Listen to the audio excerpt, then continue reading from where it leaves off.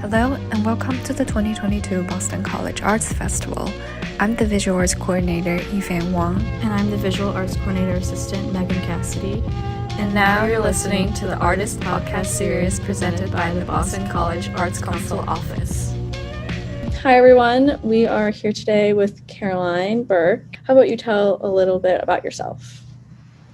Sure. Hi, my name is Caroline. I'm a sophomore. I'm in the Lynch School of Education and Human Development, majoring in applied psychology, and then I'm also majoring in studio art in the Morrissey College of Arts and Sciences. Wow. So how did you get involved in the arts then? I did like an arts track at my high school and had like a really close relationship with my art teacher there. And then I just decided, well, I like art, so I'm going to take my art core freshman year. And for me, like I started at BC when we had a ton of COVID restrictions and I knew the art classes were in person. So I was like, this is best of both worlds. And I really connected. My professor was Sammy Chong for Painting One. And I really connected with my professor. And in my portfolio review, he was talking to me about how maybe I should consider the major or minor, and it worked out in my schedule. So that's what I'm trying to pursue right now.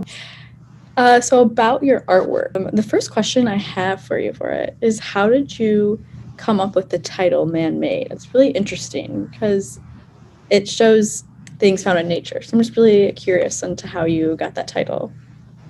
Yeah, so when I initially submitted this piece, it was a final project from my drawing one class, and I just submitted it untitled. I called it just a triptych, just because it's 3 panels. And so as I was submitting it for Arts Fest, I was like, well, I probably should call it something. And I titled it Man-Made because it's really about the effect of what would happen if bees were extinct, and that comes from the hand of man. And so it's kind of, I guess, a commentary on how not only do we need to respect our environment, but also respect each other. And a lot of the disorder and suffering emerges from the hands of man. So I think it's just to establish an awareness that these are beautiful pieces of nature, but the destruction of them kind of comes from humans. Wow, that's really cool. So what inspired you to create this work? And you kind of answered it already in your previous question, but if you have anything more to add, that'd be great. Yeah, I just really love to be outdoors. And so the assignment that this project was for was to talk about a social justice issue, or kind of portray a social justice issue that was important to you. And the environment affects everybody. I mean, right now we're in a really critical period for the environment, especially with crazy climate change happening. So I just figured that it was a really present topic to talk about protecting the earth. That's a great message. So why did you choose this medium? I know you said it was for your drawing class, or if you could redo this artwork, would you choose a different medium? How about? This medium is just because these were the materials that we were working with in class. But if I could kind of redo it, I really love to work in colored pencil. And that was something I kind of figured out in high school. We did a lot of work with colored pencil just because it's so portable and really accessible. And so I think if I could do it again, I would do it in color, just to to emphasize it a little bit. Yeah, it's really cool. I love, even in pencil, you really captured the detail. It's really, really good. I love it. I love the fuzz on the bee. You can clearly see it. It's amazing. Thank you. And another question I have, what artist would you say would be your biggest influence? Doesn't really have to be for this artwork in particular. Who do you admire? Yeah, that's a great question. I don't know, with this piece, if the actual style was influenced by any artists, but I feel I'm typically drawn to a lot of painters that kind of have a natural influence. So I really like Landscapes by Van Gogh, but also recently I've really liked John Singer Sargent. I think a lot of his pieces kind of show me nature, but not depicting it exactly how it looks, kind of interpreting it and then showing your interpretation of it.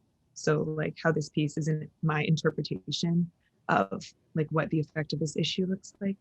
And so I kind of like Sargent's message in that. So he's an artist that I've been exploring more recently. Is there a particular artwork of his that you really admire or that you drew inspiration from? He typically, I think, is oil paint. So just like not super related to this project. For another art class I'm taking right now, I was doing a painting inspired by one of his works called Lake O'Hara, which is super bright colors and like canyon walls, but it's kind of like an ode to nature. So I guess they're kind of similar in that way. Yeah. Do you have a certain like style or time period that you consider a favorite of yours? I really like Fauvist art, so I guess like that kind of era. And I love contemporary art too, just because it's so personal, and like I've learned a lot from the classes I've taken this semester and just kind of getting more involved in my major, that like the meanings to people's artwork, it has so many deep connections to them. And so it's really exciting, like for me with contemporary art, to kind of see how you can start to learn to like pull things from that. Some people in my class are doing like amazing things that I just, by looking at their piece initially, like wouldn't be able to tell, but like through knowing them, it's so cool. It's just so cool. Yeah, that is, wow. I also love like Fauvist art, the bright colors and everything. I know, not really this piece, not super bright, but yeah. Well, if you do it in paint, maybe you can do the bright colors. So kind of extrapolating, so where in your career as an artist, where do you want your artwork to go, like in the future? Like how do you think you'll like develop your style? That's like a great question. In high school, my art teacher, we all had to read a book about like developing your artist voice. I think that was the name of the book. But so I've always kind of been stressed out with the idea of like not having a particular style. Like, to me, every piece of art that I make looks so different from each other that sometimes I like can't believe it's just me who's made all of them. And some of my friends have really distinct styles, so I like get pretty stressed out about it. But recently I've kind of been finding myself in like a place where I'm like really kind of confident in developing my style. In terms of where I want that to go, I think I just need to keep like learning about it and learning about different artists. And from my classmates and professors, I think that's been really helpful. I really like the idea behind this project of combining art with like activism for social justice. And so I've been like looking at a lot of kind of murals and stuff recently, and just thinking about what it would look like to kind of do something like that in the future.